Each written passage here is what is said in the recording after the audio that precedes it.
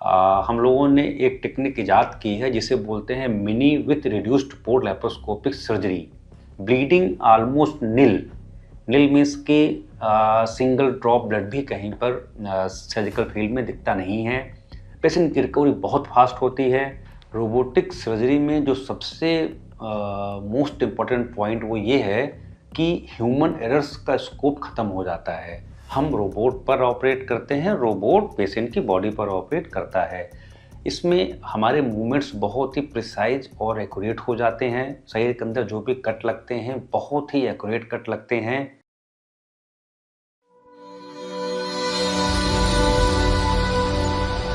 आपकी जांच या अल्ट्रासाउंड में अगर गॉलब्लैडर स्टोन आया है तो आइए हम देखते हैं कि इसके लिए सबसे बेस्ट टाइप की सर्जरी कौन सी है। नमस्कार, doctor Ajay Yadav, max, Lucknow. Gallbladder stone की सर्जरी हम 3 तरह से करते हैं।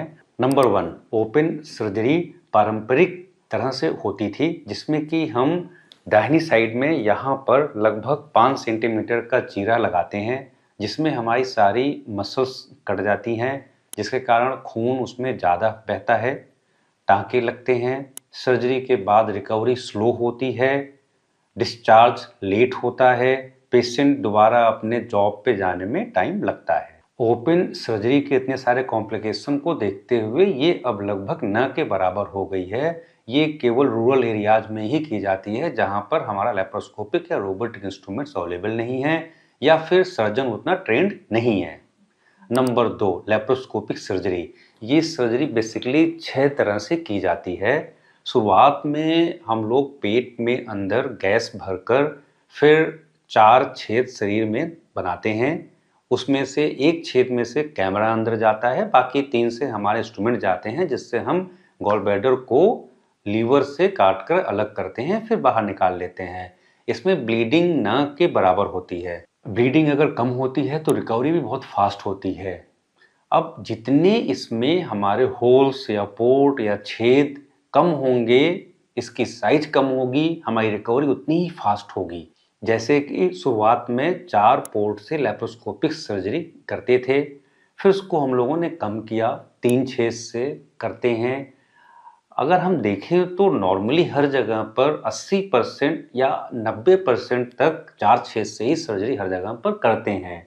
लगभग 5 से 8% सर्जन इस समय 3 पोर्ट से भी सर्जरी करने लगे हैं। लेकिन इससे भी एडवांस टेक्निक है जिसमें हम 2 छेद से सर्जरी करते हैं। 10 mm के 2 होल्स होते हैं। इस थोड़ा सा और एडवांस फिर हम लोगों ने किया, हम सिंगल होल पे आ गए। बट सिंगल होल में होल की साइज 18 mm हो जाती है, जिसमें टाँके भी लगते हैं और हर्निया होने का चांस भी होता है। तो उसको कम करने के लिए हम लोगों ने एक टेक्निक इजाद की है जिसे बोलते हैं mini with reduced port laparoscopic surgery.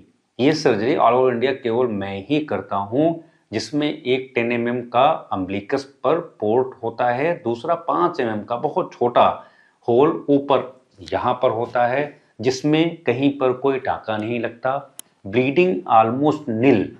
Nil means के सिंगल ड्रॉप ब्लड भी कहीं पर सर्जिकल फील्ड में दिखता नहीं है। पेशेंट की रिकवरी बहुत फास्ट होती है।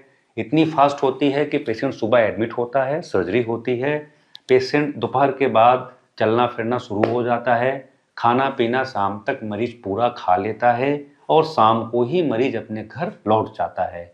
इसे हम डे केयर सर्जरी भी कहते हैं। अब 3rd नंबर, रोबोटिक सर्जरी। ये मोस्ट एडवांस और लेटेस्ट टेक्निक है। बेसिकली ये लेप्रोस्कोपिक का एक थोड़ा सा इम्प्रूव्ड वर्जन है, जिसमें कि हमारे हाथों का रेप्लिका रोबोट के आर्म से होता है। हम रोबोट पर ऑपरेट करते हैं, रोबोट पेशेंट की बॉडी पर ऑपरेट करता है। इसमें हमारे मूवमेंट्स बहुत ही प्रिसाइज और एक्यूरेट हो जाते हैं। शरीर के अंदर जो भी कट लगते हैं बहुत ही एक्यूरेट कट लगते हैं।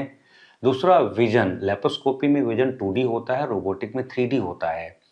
तीसरा, लेप्रोस्कोपिक इंस्ट्रूमेंट के मूवमेंट्स केवल 1 या 2 डायरेक्शन में हो सकते हैं, जबकि रोबोट के इंस्ट्रूमेंट का मूवमेंट्स 6-7 डायरेक्शन में हो सकता है। लाइक लेप्रोस्कोपिक इंस्ट्रूमेंट हमारा सिर्फ ऐसे मूवमेंट हो सकता है, फिंगर्स पर ऐसे या रिस्ट पर ऐसे मूवमेंट नहीं हो सकता है, जबकि रोबोट में हमारा मूवमेंट 6 डिग्री का हो सकता है, लाइक फिंगर इधर इधर रिस्ट पर मूवमेंट, साथ में यहाँ पर मूवमेंट हो सकता है।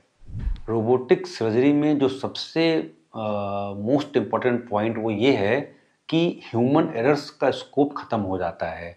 ये रहे हमारे 3 टाइप के सर्जरीज।